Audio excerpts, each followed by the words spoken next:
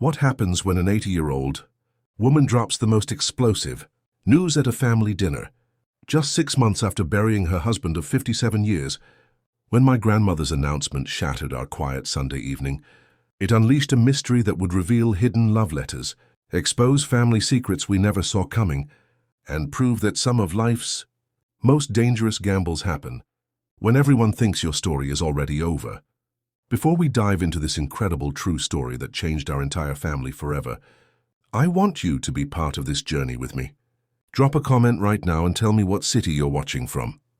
Whether you're in New York, London, Tokyo, or a small town I've never heard of, I want to know you're here.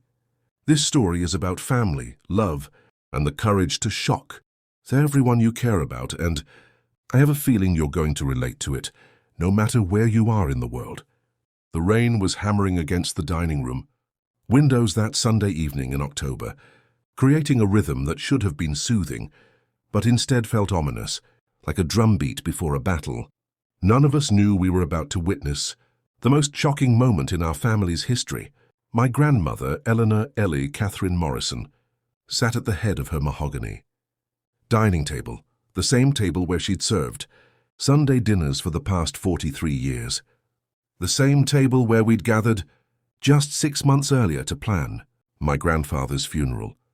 The same table where we'd held countless family meetings, birthday celebrations, and holiday feasts. But tonight felt different, charged, electric.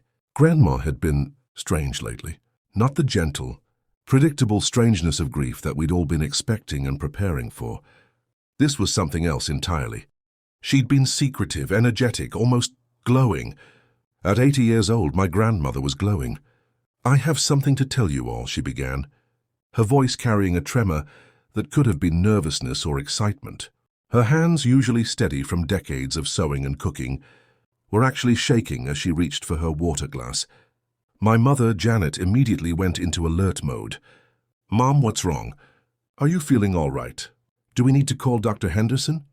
"I'm perfectly fine," Grandma replied, but there was something in her eyes, a sparkle I hadn't seen since before Grandpa William got sick. In fact, I haven't felt this good in years. My Uncle Mark shifted uncomfortably in his chair. He'd been the family worrier ever since Dad died 5 years ago, and Grandma's recent behavior had him on edge. "Mom, you've been acting different lately. We're all a little concerned." "Different how?"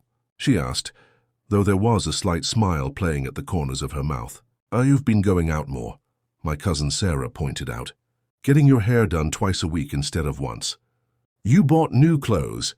You've been, I don't know, humming around the house. And you never tell us where you're going when you leave," added my brother Tom. "Just I have errands to run or I'm meeting a friend." "What friend?" "All your friends come to book club here on Thursdays." Grandma set down her water glass with deliberate precision. The rain seemed to intensify outside, and I swear I could feel everyone's heartbeat synchronizing in that moment of absolute silence. "You're right," she said quietly. "I have been different. I've been different because my life has changed in ways I never thought possible at my age." The temperature in the room seemed to drop 10 degrees. "I've been spending time with someone," she continued, and now her voice was gaining strength, becoming more confident with each word. "Someone who makes me laugh again. Someone who makes me feel like Eleanor instead of just William's widow." My mother's face had gone completely white. "Someone? Mom, what do you mean, someone?" "I mean," Grandma said, straightening her shoulders in that way she'd always done when she was about to deliver news she knew we wouldn't like. "I'm getting married." The silence that followed wasn't just quiet, it was the complete absence of sound, as if the universe itself had stopped breathing. Even the rain seemed to pause. Then came the explosion. "What?" My mother's shriek probably startled birds 3 counties over. Uncle Mark's coffee mug hit the floor with a crash that seemed to break. Whatever spell had been holding us all frozen. "Mom, that's not possible." "You can't be serious." "It's been 6 months." Sarah's voice cracked with disbelief. 6 months since Grandpa died. How can you possibly be getting married? But it was Tom who asked the question that was burning in all of our minds. "Who is he?"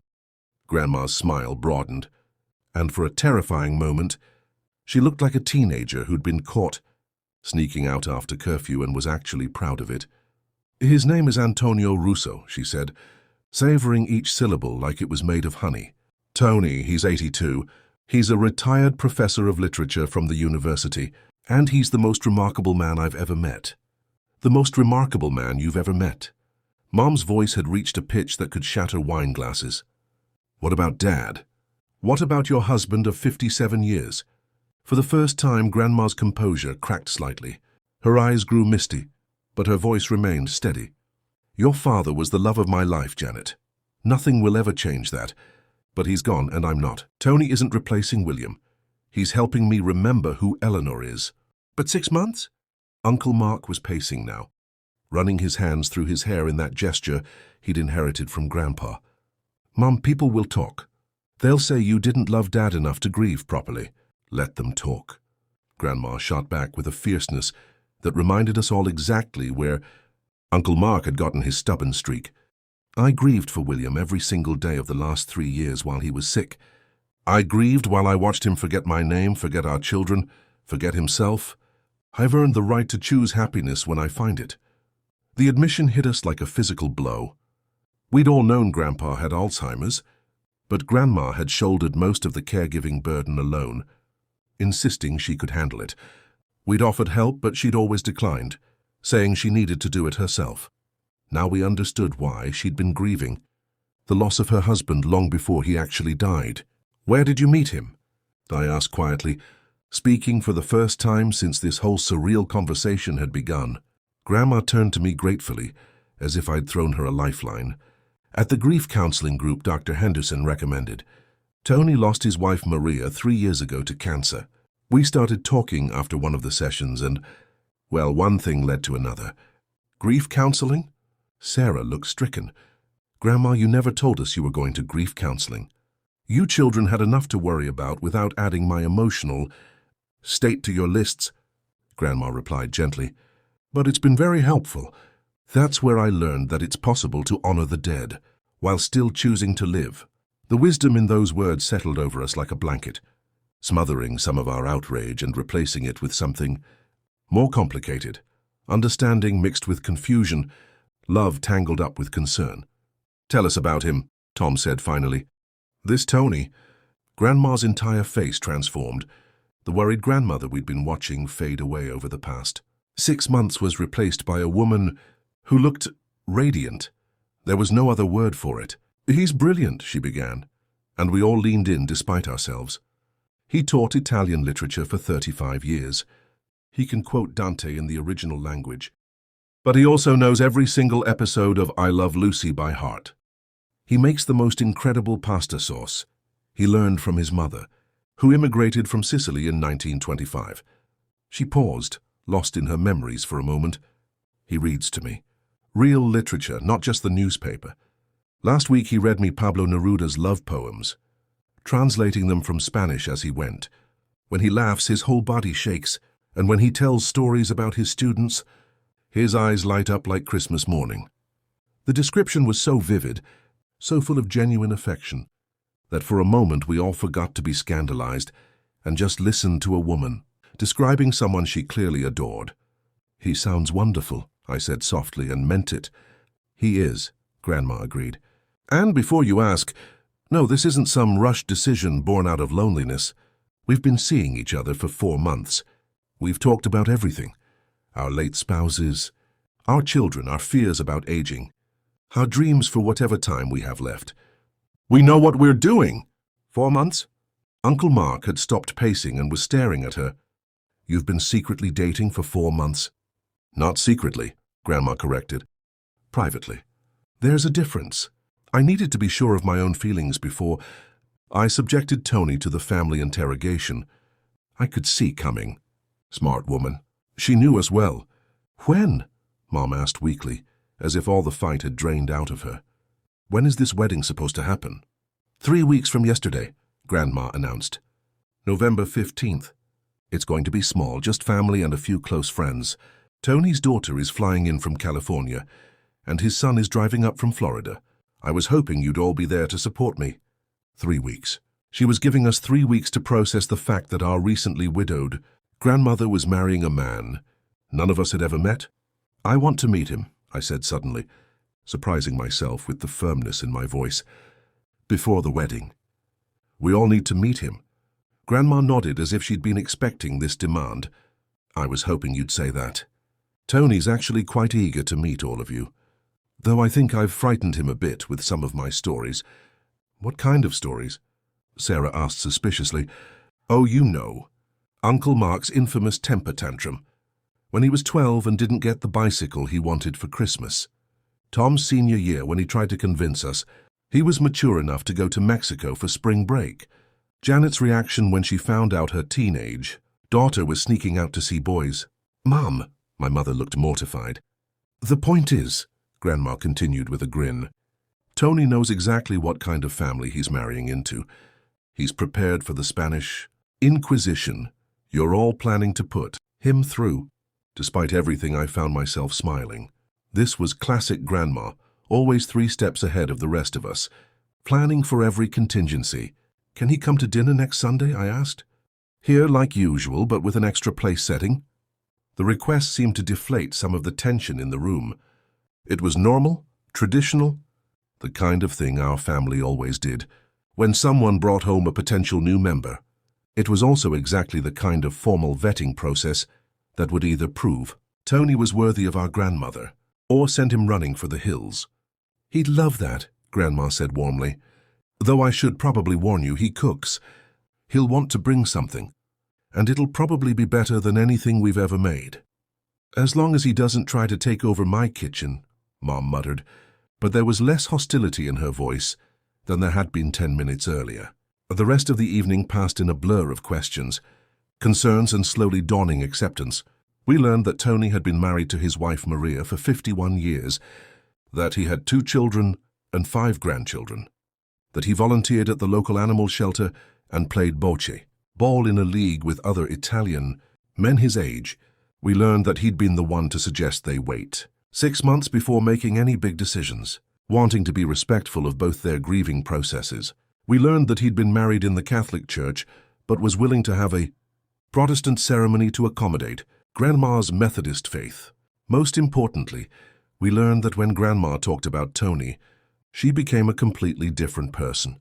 The sad, lost woman who'd been drifting through life for the past 6 months disappeared, replaced by someone vibrant and excited about the future.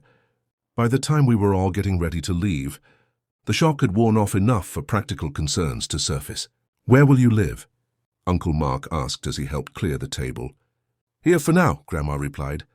Tony's apartment is too small for 2 people, and this house has plenty of room. Eventually we might look for something smaller, but there's no rush. What about Dad's things? Tom's voice was carefully controlled, but I could hear the emotion underneath. Grandma was quiet for a long moment. Most of your father's clothing went to charity months ago. His tools are in the garage if any of you want them. His books are still on the shelves, and they'll stay there. Tony's a reader too. And he says a house without books isn't really a home. She paused, touching her wedding ring, the simple gold band she still wore on her left hand. The personal things, the photographs, the furniture he built, those aren't going anywhere.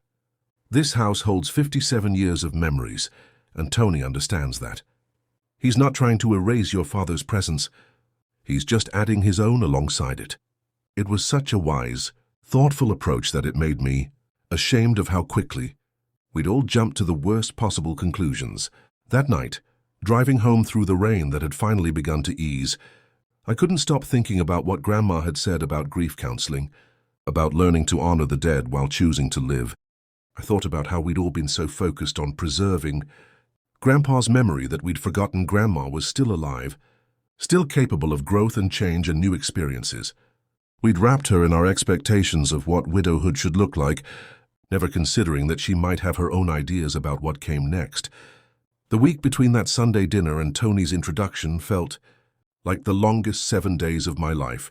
Every family member called or texted me multiple times, sharing concerns, theories, and wild speculation about what was really going on with Grandma.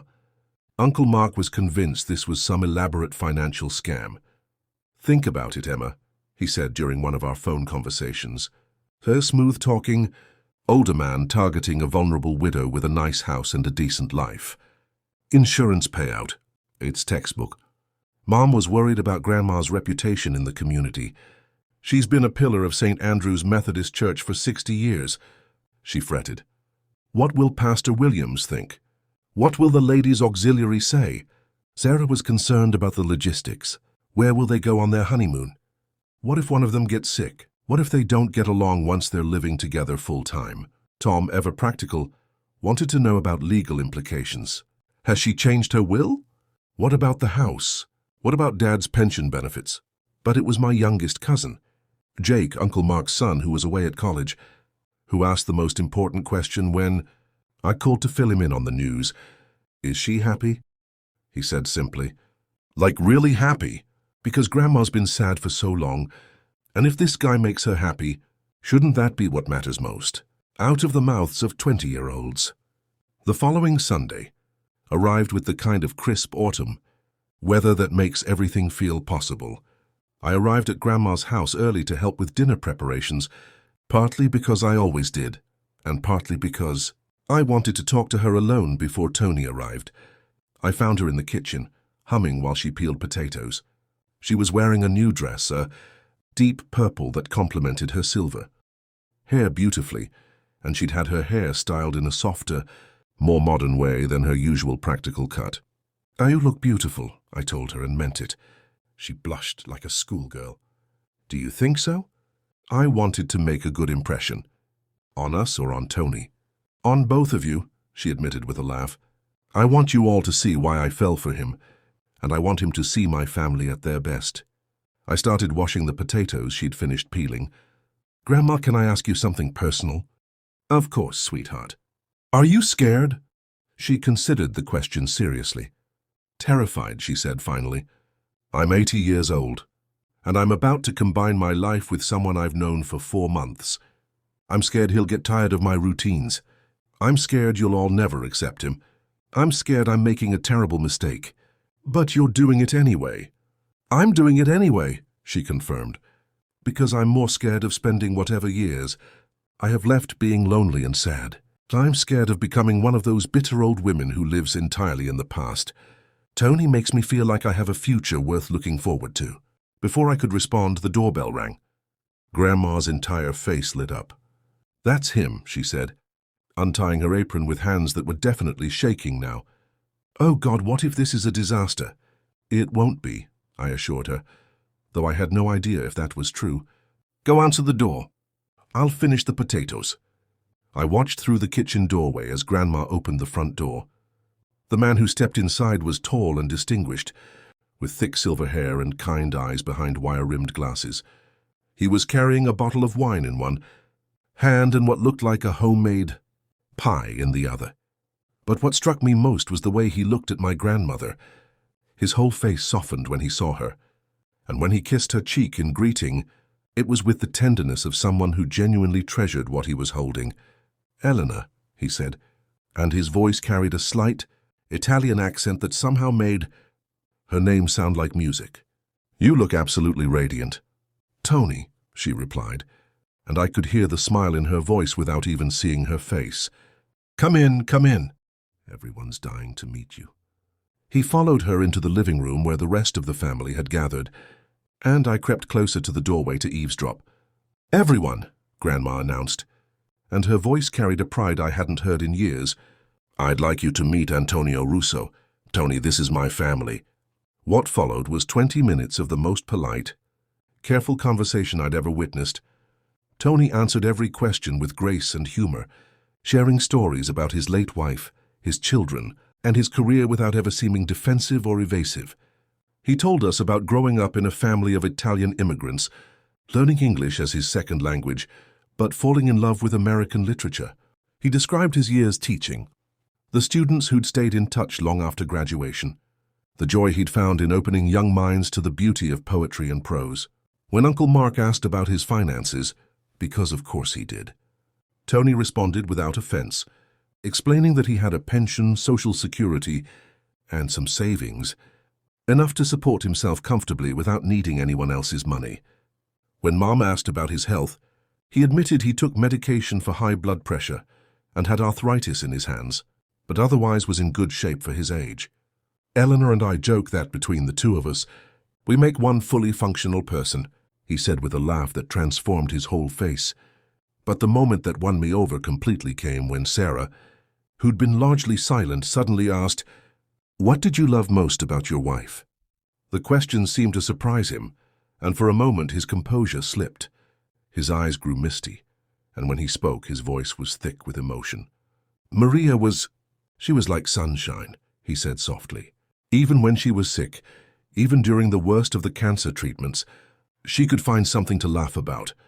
She used to say that life was too short to waste on being sad, even when you had good reasons to be sad." He paused, collecting himself. "She would have loved Eleanor. In fact, I think that's part of why I fell for your grandmother. She has that same gift for finding light in dark places. Maria always said she hoped I'd find someone to laugh with after she was gone. I think she'd approve of my choice." The sincerity in his words, the way he honored his late wife, while explaining his love for our grandmother, melted the last of my resistance. This wasn't a man trying to replace or forget his first love.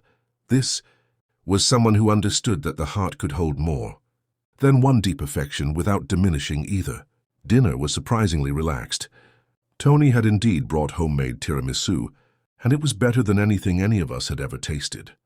He complimented Mom's roast, told Tom funny stories about his worst students, and listened with genuine interest as Sarah described her new job. But it was his interaction with Grandma that convinced me this was real. He held her chair when she sat down, remembered that she liked her coffee with 2 sugars and cream, and included her in every conversation without making it obvious he was doing it. When she told a story, he listened as if he'd never heard it before, even though I suspected he probably had. The real test came when Uncle Mark, perhaps emboldened by wine and the surprisingly pleasant atmosphere, decided to drill deeper into Tony's background. "So, Tony," he began, leaning forward with the intensity of a prosecutor, "tell us about your family. Your children, what do they think about all this?" Tony didn't flinch. "My daughter Maria, she's named after her mother, was skeptical at first," he admitted freely. "She worried I was rushing into something, that I was trying to replace her mother instead of properly grieving. But after she met Eleanor," he glanced at Grandma with obvious affection. "She told me she hadn't seen me smile like that since before Maria got sick." "And your son?" Sarah pressed. "Michael was more blunt," Tony said with a rueful chuckle. "He said, 'Dad, if she makes you happy and she's not, after your money, which isn't much anyway, then go for it. You've been alone too long.'" He shrugged. "Michael's a practical man. He understands that happiness is rare at any age, but especially at ours." "What about your grandchildren?" Tom asked. "How do they feel about having a new grandmother figure?" Tony's whole face lit up. "They're thrilled. Eleanor's been spoiling them already. She knitted scarves for all 5 of them, even though we've only been dating a few months. My youngest granddaughter, Sophia, she's 8, asked Eleanor if she could call her Nonna. Eleanor cried. I saw Grandma dab at her eyes with her napkin, clearly moved by the memory. "They're good kids," Tony continued, "and they understand that love isn't a finite resource. Having Eleanor in their lives doesn't take anything away from their memories of their Nonna Maria. It just adds something beautiful and new." The wisdom in this man was becoming more apparent with every word he spoke. This wasn't someone stumbling blindly into a late-life romance. This was a thoughtful, mature person who'd carefully considered the implications of his choices and found them worthwhile. After dinner, while the rest of us were cleaning up, I saw them through the kitchen window, walking slowly around the backyard together. Tony was pointing at something in the garden, and Grandma was laughing at whatever he was saying. They looked comfortable together, natural, like they'd been taking evening walks together for years instead of months. "He seems like a good man," Tom said quietly, appearing beside me at the sink. "He does," I agreed. "I can see why she fell for him." "I still think it's too fast," Uncle Mark said, but there was less conviction in his voice than there had been a week ago. "Maybe," Mom said, drying a plate with more attention than it required. "But watching them together, I can't remember the last time I saw Mom look so happy. As the evening wound down and it came time for Tony to leave, he was staying at his apartment until after the wedding, maintaining propriety even at 82. He made a point of speaking privately with each family member. When it was my turn, he pulled me aside in the hallway. "Emma," he said, "Eleanor tells me you're her favorite granddaughter."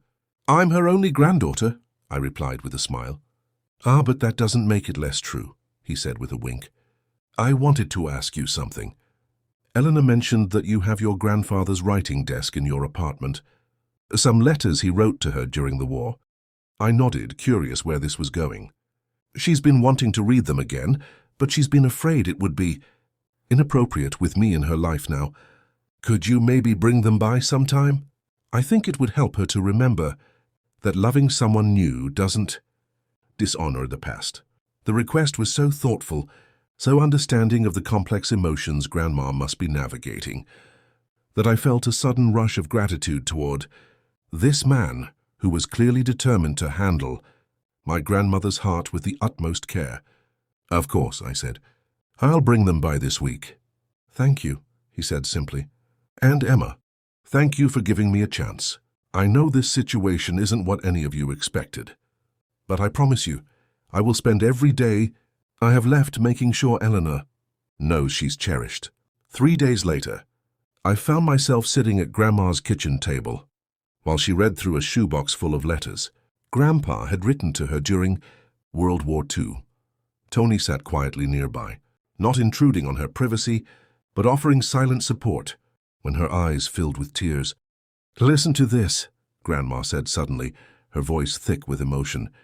She cleared her throat and read aloud. "My dearest Ellie, I dreamed about you again last night. We were old and gray, sitting on our front porch, watching our grandchildren play in the yard. I woke up missing not just who you are now, but who we'll be together someday. When I get home, I want to build you that porch and fill it with all the love we've been saving up." She looked up at Tony with tears streaming down her face. "He did build me that porch. We did sit there watching grandchildren play. We had 43 years of the life he dreamed about in that foxhole in France." Tony reached over and took her hand. "He sounds like he was a remarkable man, Eleanor. And he was right. You did have a beautiful life together. Nothing can take that away from you." Section 11. "But now he's gone," she whispered. "And I'm still here. And I don't know how to honor what we had while still choosing to keep living." "I think," Tony said gently, "that you honor it by remembering that the capacity for love he saw in you, the capacity that made him dream of growing old, together that's still part of who you are. William didn't just love Eleanor, the young bride. He loved Eleanor, the woman who would continue to grow and change and find joy even when he couldn't be there to share it." I watched my grandmother process these words, saw something settle in her expression, some internal conflict finally resolved. "You're right," she said quietly. "William did love all of me, past, present, and future.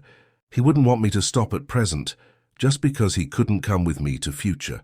It was a profound moment of understanding, and I felt privileged to witness it. Tony wasn't just marrying my grandmother.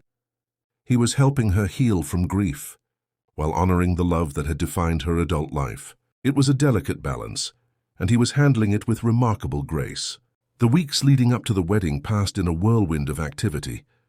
Despite Grandma's insistence that she wanted something small and simple, the event began to take on a life of its own. Tony's Italian family couldn't fathom a wedding without proper festivities, and our side of the family found ourselves caught up in their enthusiasm. His daughter Maria arrived from California a week early, ostensibly to help with preparations, but really to spend time getting to know her new stepmother. I was worried about how this might go after all. Maria was losing her exclusive claim to her father's affection, but within hours of meeting Grandma, she was calling her Mama Eleanor and insisting on teaching her the family recipe for Maria, Senior's famous meatballs. "Your grandmother," Maria told me over coffee one morning, "is exactly what Papa needed. Not someone to replace Mama, but someone to help him remember that his heart is still capable of joy. When Mama was dying, she made me promise that I'd encourage him to find love, again if the opportunity arose. She said it would be the greatest honor to her memory if he could love someone else the way he'd loved her. Tony's son Michael arrived with his family the day before the wedding, and his 5 grandchildren immediately adopted Grandma as their own. I watched her teaching 8-year-old Sophia to knit, helping 12-year-old Marco with his English homework, and listening with rapt attention as 16-year-old Giuseppe played guitar and sang Italian folk songs.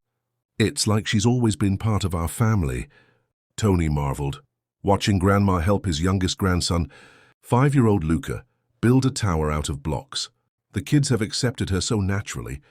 Even my mother-in-law, Maria's mother, who's 93 and still lives in Boston, gave her approval over the phone. She said anyone who could make me laugh the way Eleanor does must be blessed by God. But perhaps the most touching pre-wedding moment came when Jake arrived home from college the night before the ceremony. He walked into the house to find Grandma and Tony slow dancing in the living room to an old Frank Sinatra record, completely lost in their own world. Instead of interrupting, Jake sat down at the piano, Grandpa's old upright that hadn't been played since he died, and began accompanying Sinatra with a soft, jazz-influenced arrangement. When the song ended, Grandma and Tony looked over to discover him sitting there with a huge grin on his face. "Don't stop," he said. "You two look happy. It's been too long since this house had music in it, and so we spent the evening before Grandma's wedding listening to Jake play piano while she and Tony danced, occasionally joined by other family members. It was spontaneous and joyful, and felt like exactly the kind of celebration Grandpa would have wanted for the woman he'd loved for 57 years. The wedding day dawned clear and crisp, with the kind of golden autumn light that makes everything look touched by magic. St. Andrew's Methodist Church was filled with flowers, not the somber arrangements, typical of elderly weddings, but bright, joyful bouquets of sunflowers and roses and chrysanthemums that seemed to celebrate life, rather than simply acknowledge its passage. Tony's family had driven and flown in from all over the country, bringing with them a warmth and exuberance that perfectly complemented our more reserved, Midwestern sensibilities. The church was filled with voices speaking in multiple languages, children running between the pews, and the kind of celebratory atmosphere I'd never associated with a wedding involving octogenarians. But it was seeing Grandma prepare for her walk down the aisle that made the whole thing real for me. She stood in the church's bridal room, wearing a knee-length dress in champagne silk that Mom and Maria had helped her choose.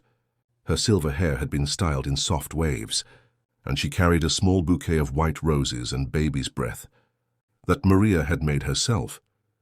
"Are you ready for this?" I asked, straightening her bouquet with nervous hands. She looked at herself in the mirror, and I saw a woman who'd made peace with her choices. "I'm ready," she said simply. "I'm 80 years old. I've buried 1 husband and raised 4 children, and survived more heartbreak and joy than most people see in a lifetime. If I'm not ready now, I never will be." Mom appeared in the doorway, tears already streaming down her face. "Mom, you look beautiful. Dad would be so proud." "Do you really think so?" Grandma asked, and for a moment she looked vulnerable, uncertain. "I know so," Mom replied firmly. "He loved you enough to want you to be happy, even without him. Tony makes you happy. That's all Dad ever wanted for you." The processional music began, and suddenly it was time. Jake had volunteered to walk Grandma down the aisle, saying it was what Grandpa would have wanted. The youngest man in the family escorting her to the next chapter of her life. As they made their way down the aisle, I watched Tony's face. He was standing at the altar in a navy suit, his silver hair gleaming in the afternoon light, streaming through the stained glass windows. When he saw Grandma, his entire expression transformed. Wonder, love, and deep gratitude all rolled into one radiant smile. But what struck me most was that Tony wasn't the only one transformed by love. Grandma, walking slowly but steadily toward her new husband, looked like a woman who'd rediscovered her own power, her own worth, her own capacity for joy. This wasn't a fragile widow being rescued by a kind man. This was a strong woman choosing to share her strength with someone worthy of it. The ceremony itself was simple but beautiful. Pastor Williams, who'd known our family for decades, spoke about the courage it takes to love at any age, but especially later in life when you understand exactly how precious and fragile love can be. Eleanor and Antonio, he said, are not naive young people making promises they don't fully understand. They are mature adults who have loved deeply, lost profoundly, and chosen to risk their hearts again. That kind of courage deserves our admiration and support. When it came time for vows, they'd chosen to write their own. Tony went first, his voice strong despite his obvious emotion. "Eleanor," he said, taking her hands in his, "you saved my life. I thought my story was over, that the best chapters had already been written. You showed me that sometimes the most beautiful stories begin when you think the book is ending. You taught me that the heart has infinite capacity, that loving you doesn't diminish my love for Maria, and that happiness can come even when you're no longer looking for it. I promise to spend whatever time we have left making sure you never forget how precious you are." Grandma's vow was shorter but no less powerful. "Tony, you taught me that it's possible to honor the past while embracing the future. You gave me back my laughter, my curiosity, my hope. You showed me that. Eleanor Morrison isn't just William's widow. She's a complete person, with dreams and desires and love still to give. Thank you for seeing all of me, not just my grief. Thank you for reminding me that love doesn't have an expiration date." When Pastor Williams pronounced them husband and wife, the kiss they shared was gentle, but filled with genuine affection. The applause that followed wasn't polite. It was enthusiastic, celebratory, full of real joy for two people who'd found each other against all odds. The reception was held at Romano's, the Italian restaurant downtown that Tony's nephew owned. The moment we walked through the doors, I understood why Tony's family had been so insistent about proper festivities. The entire restaurant had been transformed with flowers, candles, and photographs, some of Tony and Maria from their younger days, some of Grandma and Grandpa from theirs, and recent photos of Tony and Grandma together, looking radiant and happy. The food was incredible, course after course of authentic Italian dishes that Tony's family had been preparing for days. But more than the food, it was the atmosphere that made the reception magical. Two families from completely different backgrounds and traditions were coming together, and instead of awkwardness or conflict, there was nothing but warmth and celebration. I watched Tony's 93-year-old mother-in-law, who'd flown in from Boston despite her age, teaching my mother how to make proper cappuccino. Uncle Mark was deep in conversation with Tony's son, Michael, about their mutual love of vintage cars. Sarah was learning Italian curse words from Tony's sister-in-law, while Tom was getting investment advice from Tony's brother-in-law who worked on Wall Street. But the most beautiful moment came during the toasts. Tony stood up, raised his glass, and looked directly at my grandmother. "Eleanor," he said, his voice carrying over the conversations and laughter, "when I lost Maria 3 years ago, I thought I understood what the rest of my life would look like: quiet, solitary, focused on memories instead of possibilities. You changed everything." He paused, clearly emotional. "You showed me that grief doesn't have to be permanent, that moving forward doesn't mean forgetting, and that second chances can be just as beautiful as first ones. You gave me a reason to buy new clothes, to plan for tomorrow, to believe that my best days weren't all behind me." The room had gone completely quiet, everyone captivated by the sincerity in his words.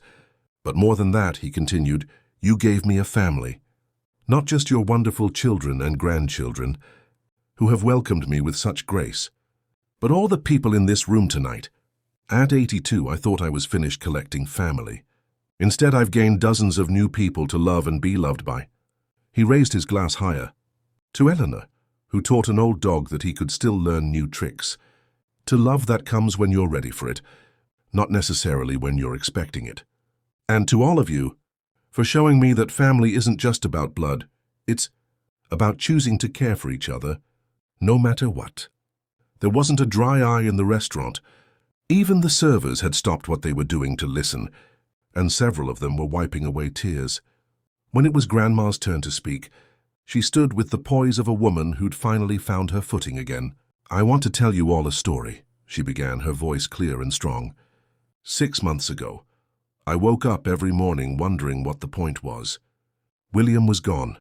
My children were grown with lives of their own. and I felt like I was just existing, going through the motions of living without any real purpose. She looked around the room, making eye contact with family members and friends. Then I met this stubborn Italian man who insisted on reading me poetry and teaching me to make pasta sauce from scratch, who listened to my stories about William without jealousy or impatience, who showed me that it was possible to honor my past while still writing new chapters. Her voice grew stronger with each word. Tony didn't rescue me. I rescued myself with his help. He reminded me that Eleanor Russo now, is still here, still capable of growth and change and new adventures. At 80, I discovered I still had room to surprise myself. She raised her own glass. To second chances, to the courage to say yes to happiness even when it comes in unexpected packages, and to all of you for supporting us, even when our choices probably seemed crazy.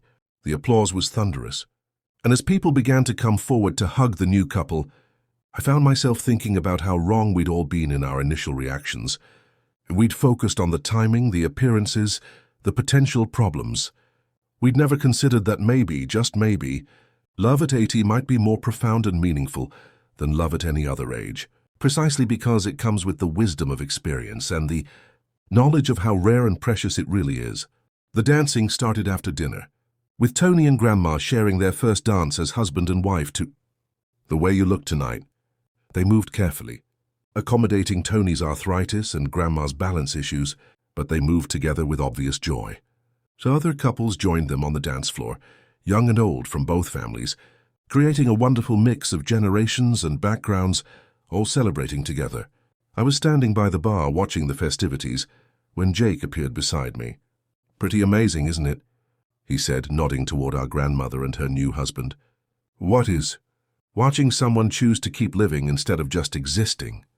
I mean, think about it. Grandma could have spent the rest of her life being sad and lonely and completely justified in doing so.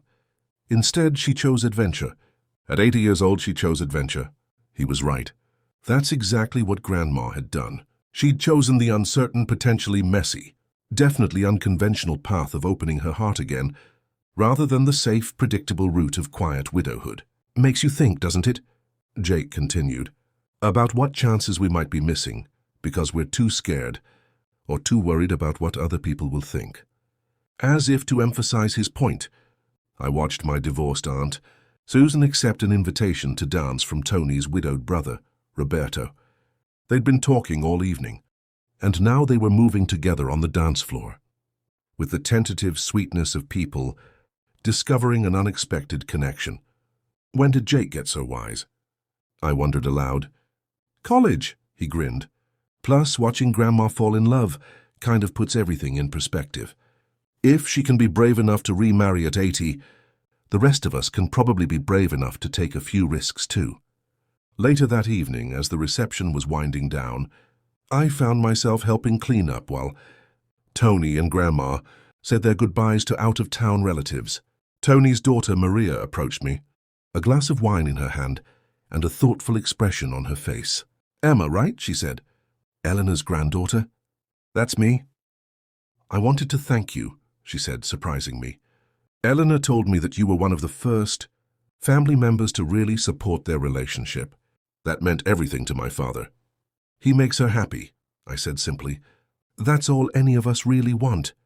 Maria nodded, but I could see she had more to say. "Can I tell you something? When my mother was dying, she made me promise to encourage Papa to find love again if the opportunity arose.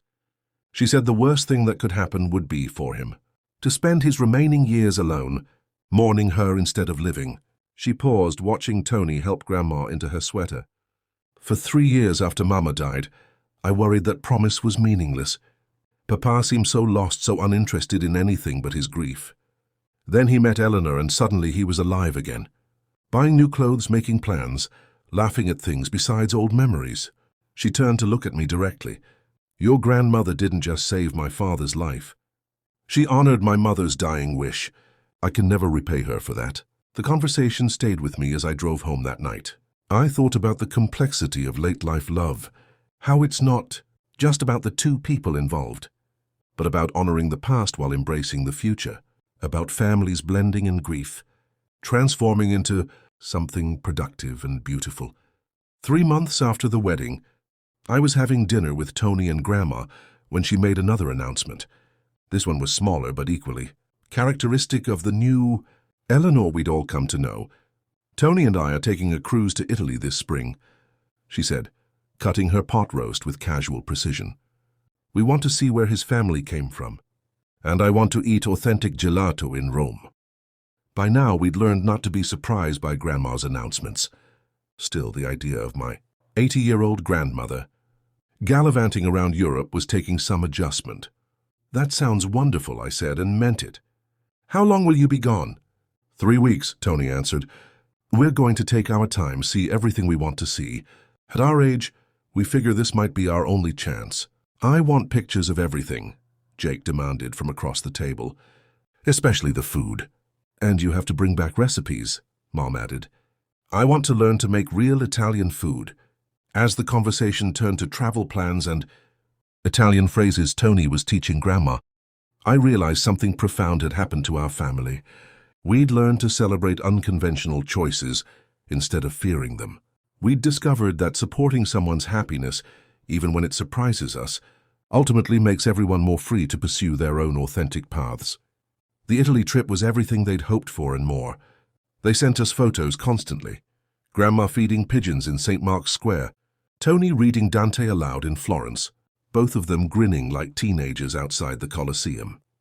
But my favorite photo was one Jake took of their return, Tony helping, Grandma out of the car, both of them tanned and relaxed, and obviously thrilled to be home.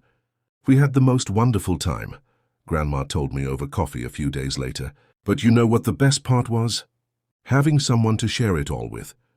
I kept thinking about things I wanted to tell William about what we were seeing, and then I'd realize I could tell Tony instead. It wasn't the same, but it was enough. That summer, they hosted their first big family gathering as a married couple, a 4th of July barbecue that brought together both sides of their new blended family. I watched Tony teaching my cousin's children how to play bocce ball while Grandma and Maria collaborated on a massive antipasto spread. Uncle Mark was deep in conversation with Roberto about classic cars, and Mom was getting cooking lessons from Tony's sister-in-law. But the moment that really struck me was seeing Grandma sitting on the front porch, the same porch Grandpa had built all those years ago, with Tony's 5-year-old grandson, Luca, on her lap, reading him a story. Through the screen door, I could hear her doing different voices for all the characters, making the little boy giggle with delight. This was what Grandpa had dreamed about in his letter from the one at a porch full of grandchildren and love. The grandchildren were different than he'd probably imagined, and Grandma was sharing the porch with someone else. But the love was just as real, just as beautiful. That evening, after most of the guests had gone home and we were cleaning up, Tony pulled me aside. Emma, I need to ask you something, and I want you to be completely honest with me. His serious tone made me nervous. Of course. Do you think I've been good for your grandmother? Really good for her, not just convenient or entertaining. The question surprised me. Tony, why would you ask that? He was quiet for a moment, looking out at the yard where Grandma was saying goodbye to the last of the departing relatives.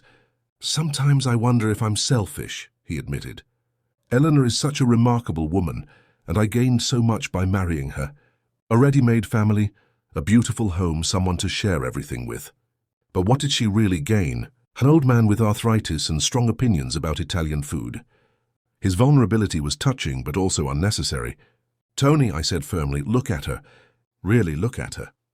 We both turned to watch Grandma, who was laughing at something Maria was saying, her face animated and joyful. That woman disappeared for months after Grandpa died, I continued. She went through the motions of living, but the spark was gone. You brought the spark back. You didn't just give her someone to share experiences with. You reminded her that she was worth sharing experiences with. I paused, making sure he was really listening. And yes, you gained a lot by marrying her. But she gained something too. She gained herself back. That's not nothing, Tony, that's everything. 1.5 years after the wedding, I was visiting one evening when Grandma had what she jokingly called one of her episodes. She'd been doing well since the marriage, healthier, more active, more engaged with life than she'd been in years. But she was still 81 years old, and age was beginning to catch up with her in small ways. That particular evening, she'd had a brief spell of confusion. Nothing serious, just a few minutes where she seemed lost, unable to remember where she was or what she'd been doing. It passed quickly, but it shook all of us. A reminder that time was still moving forward, regardless of how happy she was. I found Tony in the kitchen afterward, making tea with hands that were trembling slightly. "It's going to get worse," he said quietly, not looking at me. "The doctor warned us this might happen. Memory issues, confusion, maybe worse." "Are you scared?" I asked. He was quiet for a long moment. "Terrified," he admitted. "Not for me. I went through this with Maria. I know what it looks like. I'm terrified for Eleanor. She took care of William through his Alzheimer's. And now she might have to go through something similar herself. It's not fair. But she won't be alone this time," I pointed out. "She'll have you. For as long as I can manage it," he said. "But Emma, I'm 83 years old. What if I can't take care of her the way she needs? What if I fail her?" It was a conversation I'd been dreading but knew was inevitable. The reality of marrying someone at 80 is that you're signing up for everything that comes with extreme old age, not just the joy and companionship, but also the decline and loss and eventual goodbye. "Tony," I said carefully, "do you regret marrying her?" He looked at me as if I'd asked him if he regretted breathing. "Never," he said firmly. "Not for 1 second. Whatever time we have left, whether it's 2 years or 10 years or 10 minutes, it's been worth it. I just want to make sure I can give her the same kind of care and devotion she gave William." "You will," I assured him, "because you love her the same way she loved him, completely, without reservation, for better or worse." Thankfully, that particular scare turned out to be just that, a scare. Grandma's doctor adjusted her medications, and she returned to her usual sharp, engaged self. But the incident served as a reminder to all of us that the time we had with her, with both of them, was precious and finite. It also prompted a series of difficult but necessary conversations about the future. Tony and Grandma worked with lawyers to make sure their wills and healthcare directives were in order. They talked with us about their wishes for end-of-life care, about what they wanted if one of them became unable to care for the other. These weren't easy conversations, but they were handled with the same mature wisdom that had characterized their entire relationship. They faced the realities of aging head-on, making practical plans while continuing to live fully in the present. 2 years after their marriage, they faced their first real crisis.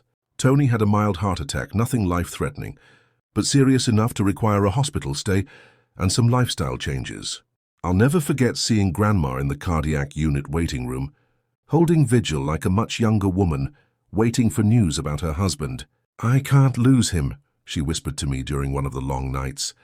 "I know that sounds selfish, considering how much I gained by finding him, but I can't bear the thought of going back to that empty house, that silent life." "You won't lose him," I said, though I had no way of knowing if that was true. "And even if something happens, you'll never go back to being the woman you were before you met him. He changed you permanently, Grandma. You found yourself again, and that doesn't go away just because he does." Tony recovered fully, but the experience served as another reminder of how precious their time together was. Instead of making them fearful or cautious, it seemed to energize them. They started taking more trips, saying yes to more invitations, making bigger plans.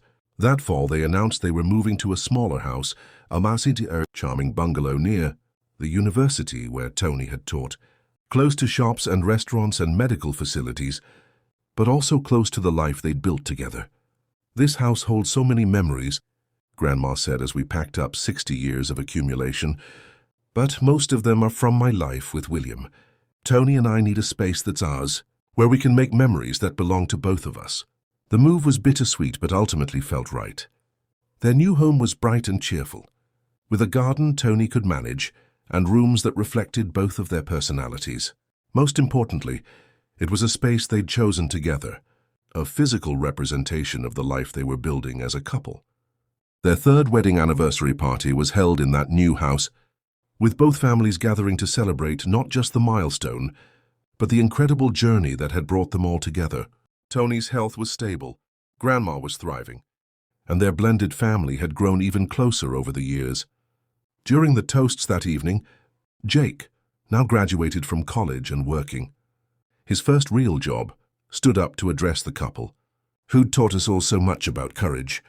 3 years ago, he began, Grandma shocked us all by announcing she was getting married.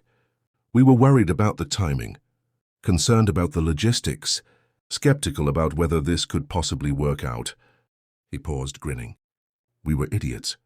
The laughter that followed was warm and knowing. Tony and Grandma didn't just prove us wrong about late-life love. Jake continued. They taught us that the best chapters of our lives might still be waiting to be written, no matter how old we get or how settled we think our stories have become. They showed us what courage looks like, and they gave us permission to be braver in our own lives. He raised his glass to Tony and Grandma, who proved that love stories don't end when you think they do, and to all of us, for being smart enough to eventually get out of their way and let them be happy.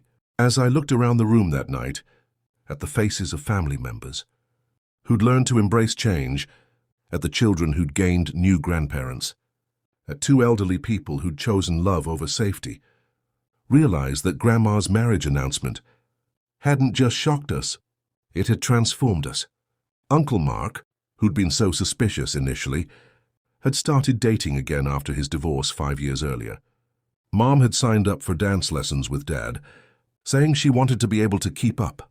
If they were lucky enough to be newlyweds, again in their 70s, Aunt Susan had married Roberto, Tony's brother, the previous spring in a ceremony that was twice as loud and 3 times as fun as their children's weddings had been. And me? I'd finally taken some risks of my own. I'd left my safe but unfulfilling job to pursue freelance writing. I'd moved to a new city where I didn't know anyone. I'd said yes to dating opportunities I would have previously found reasons to avoid, because if my 80-year-old grandmother could surprise everyone by falling in love again, maybe I was being too cautious about my own life's possibilities. Now, as I write this story, Tony and Grandma have been married for 4 years. They're both in their mid-80s now, moving a little slower, requiring a little more help with some tasks, but still fundamentally the same adventurous, loving couple who shocked us all that rainy October evening. Last month, they adopted a rescue dog, an elderly golden retriever named Charlie, who'd been returned to the shelter 3 times because potential families thought he was too old to be worth the investment. Tony and Grandma took one look at him and said, "Perfect. He's exactly our speed." Watching them teach Charlie new tricks, seeing them take turns getting up in the night when he needs to go out, observing the pure joy they take in spoiling him with treats and affection, it's become a perfect metaphor for their entire relationship. 2 people who were supposedly too old for new adventures, proving that the heart doesn't recognize expiration dates. Their love story has become legendary in our family, the standard against which all other relationships are measured. When my cousin's daughter got engaged last year, she told everyone she hoped to find someone who would love her the way. Tony loves Grandma, like she's the most precious thing in the world, and like he can't believe his luck in finding her. But perhaps the most beautiful part of their story isn't the love itself. It's what their love has made possible for the rest of us. They didn't just find happiness together. They gave all of us permission to be braver, to take chances, to believe that our best days might still be ahead of us. Regardless of age or circumstance, Tony still reads poetry to Grandma every evening before dinner.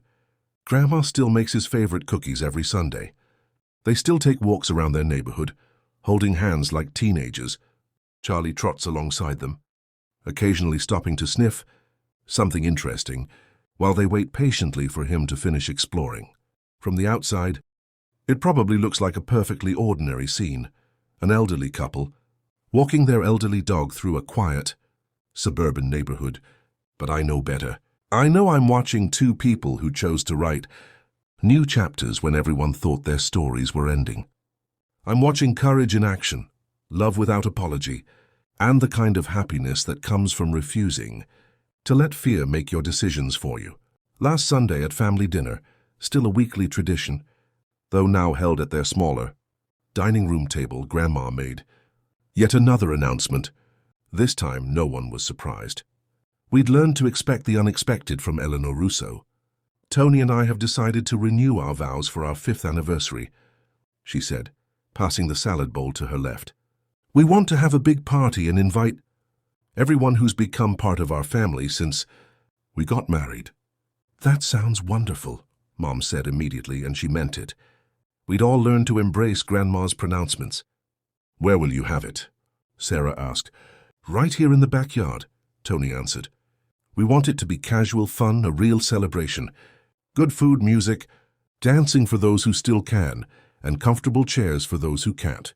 I'll handle the flowers, volunteered Maria, who'd moved closer after her retirement so she could spend more time with her father and stepmother. I'll take care of the music, Jake offered. We'll need a mix of your generation's favorites and some newer stuff for the younger crowd. As the conversation turned to party planning, I found myself thinking about how much had changed in 5 years, not just for Tony and Grandma, but for all of us. We'd learned to celebrate unconventional love, to support unexpected choices, to trust that sometimes the people we care about know what they need better than we do. More importantly, we'd learned that family isn't just about blood or tradition or meeting expectations.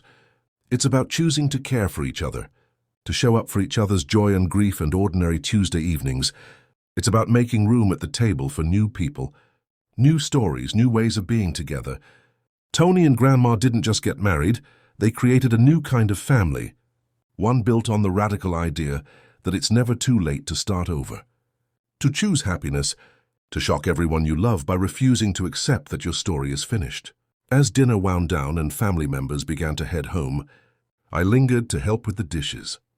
Tony was in the living room reading to Charlie. Yes, he reads to the dog too. And Grandma was putting away leftovers with the efficiency of someone who'd been managing family meals for 60 years. Grandma, I said, drying the last plate, can I ask you something? Of course, sweetheart. Do you ever wonder what would have happened if you hadn't met Tony? If you'd just stayed here alone living quietly, being the proper widow everyone expected you to be? She was quiet for a long moment, considering the question seriously. I think about it sometimes, she admitted. I think I would have survived. I would have been fine, in the way that people are fine when they're not actively unhappy, but not really happy either. I would have filled my days with volunteer work and book club and Sunday dinners with family. She paused, hanging up the dish towel with characteristic precision. But I wouldn't have traveled to Italy or learned to make authentic carbonara or discovered that I could still surprise myself at 80 years old. I wouldn't have gained 5 new grandchildren or a sister-in-law who's become one of my dearest friends. I wouldn't have experienced the particular joy that comes from making someone else happy while they're making you happy right back. She turned to face me fully. Most importantly, Emma, I wouldn't have learned that the heart is more generous than we give it credit for. I thought loving Tony would somehow diminish my love for your grandfather. But it's done the opposite. Loving again has made me appreciate even more what William and I had together. It's reminded me that I was capable of deep love, because that's who I am, not just because of who he was. It was such a profound insight that I felt tears prick my eyes. And, she continued with a mischievous smile, I wouldn't have been able to shock you all so thoroughly. At my age, opportunities for scandal are limited. I had to take advantage when one presented itself. We both laughed and I hugged her tightly, grateful for the millionth time that she'd been brave enough to choose the unexpected path. Later that night, driving home through the quiet streets, I thought about the story I'd just lived through, a Biastam story that started with shock and scandal and evolved into something beautiful and inspiring, a story about the courage to love again, the wisdom to honor the past while embracing the future, and the radical idea that our best chapters might still be waiting to be written. My recently widowed grandma shocked everyone with her marriage announcement at 80. But the real story isn't that she fell in love again, it's that she refused to let age or convention or other people's expectations determine what her life could be. She chose possibility over safety, joy over propriety, and love over loneliness. In doing so, she didn't just change her own life, she changed all of ours, teaching us that courage comes in many forms, that family is about more than biology, and that the most beautiful love stories often begin when you think the book is ending. 4 years later, Tony still opens doors for her, still brings her coffee in bed every morning, still looks at her like she's the most fascinating woman in the world. Grandma still laughs at his jokes, still corrects his English when he's tired and his accent gets thick, still reaches for his hand when they're sitting together watching television. They're both moving slower now, requiring more help with some daily tasks, facing the inevitable challenges that come with being in your mid-80s. But they're facing those challenges together with the same grace and humor and deep affection that has characterized their relationship from the beginning. And when the time comes, because it will come, for one of them before the other, they'll face that final chapter together too, secure in the knowledge that they chose love over fear, that they wrote beautiful new chapters when everyone thought their stories were ending, and that they gave each other the gift of feeling precious and cherished until the very end. That's the real story behind my grandmother's shocking marriage announcement. It's a story about refusing to settle for less than joy, about the courage to risk your heart, even when you think you're too old for such foolishness, and about the radical act of choosing to keep writing your story when everyone else thinks it's time to put down the pen.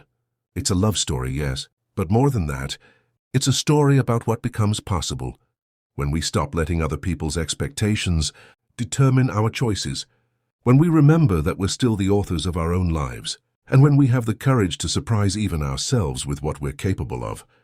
My recently widowed grandma shocked everyone with her marriage announcement at 80.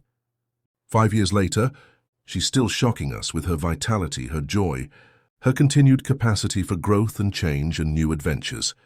She's proven that love doesn't have an expiration date, that family can be chosen as well as inherited, and that the most radical thing you can do at any age is simply refuse to stop living.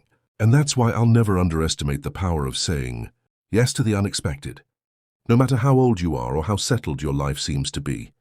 Sometimes the most beautiful chapters are still waiting to be written.